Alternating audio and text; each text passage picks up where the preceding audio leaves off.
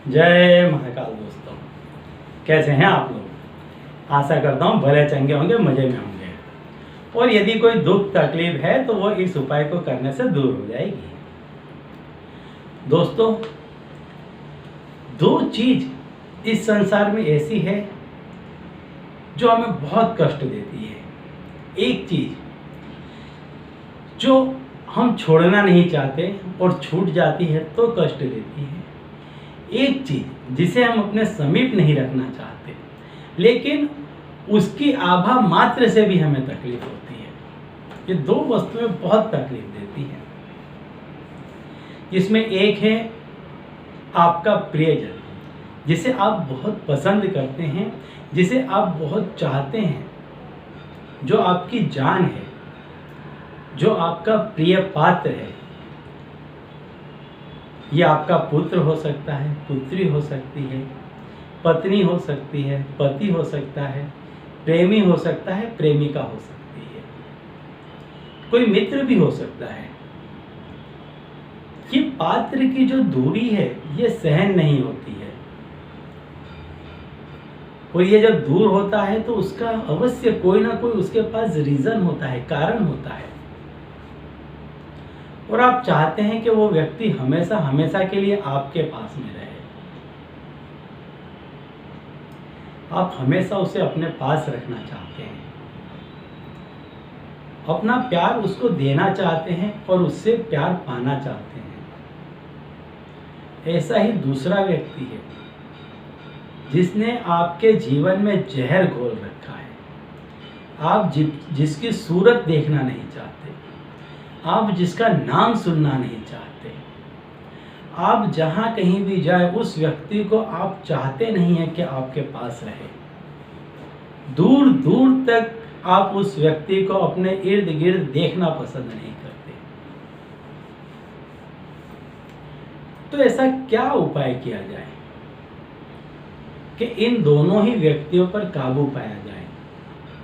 या तो प्रेमी है तो आपके पास आकर रह जाए, और यदि दुश्मन है तो आपके सामने सिर झुका दे, दुश्मनी भूल जाए, छोड़ दे आपसे दुश्मनी करना। ऐसा ही उपाय आज मैं आपके लिए लेकर के आया हूं कि यदि आपका प्रिय पात्र है, किसी भी कारणवश यदि आपसे दूर चला गया है, बिना शर्त आपके पास में आएगा और हमेशा आपके पल्लू से बंधा रहेगा, आपके दामन से बंधा रहेगा। और यदि आपका दुश्मन है तो हमेशा हमेशा के लिए आपके सामने सिर नीचा करके रहेगा। बहुत ही बढ़िया उपाय है। लेकिन उपाय बताने से पहले, यदि आप मेरी चैनल में नए हैं और अगर अब तक आपने मेरी चैनल को सब्सक्राइब नहीं किया है तो जल्द से कर दें, बेल आइकन को प्रेस कर दें। इससे मेरे द्वारा बताए जाने वाले उपाय आप तक आसानी से पहुंचेंगे, जल्दी से पहुंचेंगे, जिन्हें करके आप सुखमय जीवन व्यतीत कर पाएंगे। तो चलिए दोस्तों, अब मैं बताता हूँ उपाय आपको करना क्या है। आपको एक काला रेशम का डोरा लेना है। आपको आसानी से कहीं से भी उपलब्ध हो जाएगा। आपको ये डोरा लेना है और इस उपाय को आपको करना है अमावस्या के दिन। अमावस्या जिस दिन होती है उस दिन आपको इस उपाय को करना है। रात्रि के समय आपको इस उपाय को करना है। आप जिस बिस्तर में सोते हैं उस बिस्तर में बैठ करके आपको इस उपाय को करना है। गुप्त रीति से करना है। हो सके तो यदि आपका कोई पर्सनल बेडरूम नहीं है, सभी लोग एक साथ सोते हैं या एक से ज़्यादा लोग उस कमरे में सो रहे हैं, तो इस सूरत में ऐसा करें कि यदि आसपास के लोग सो जाएं, उसके बाद में आप इस क्रिया को करें। इस क्रिया को करते हुए आपको कोई देखे नहीं, इतनी आपको सावधानी रखनी है। और जिस बिस्तर पे आप सोते हैं वहां पर आपको ये क्रिया करनी है। आपको एक काला रेशम का डोरा ले लेना है और उस डोरे को आपको अपने सीधे हाथ में रख लेना है। और आप जिस किसी व्यक्ति को, यदि आपके प्रिय पात्र को पाना चाहते हैं, तो लगातार उसका नाम या उसका चेहरा ध्यान करते हुए आपको उसको अपने सीधे हाथ में पकड़ के अपने बिस्तर पर लेट जाना है।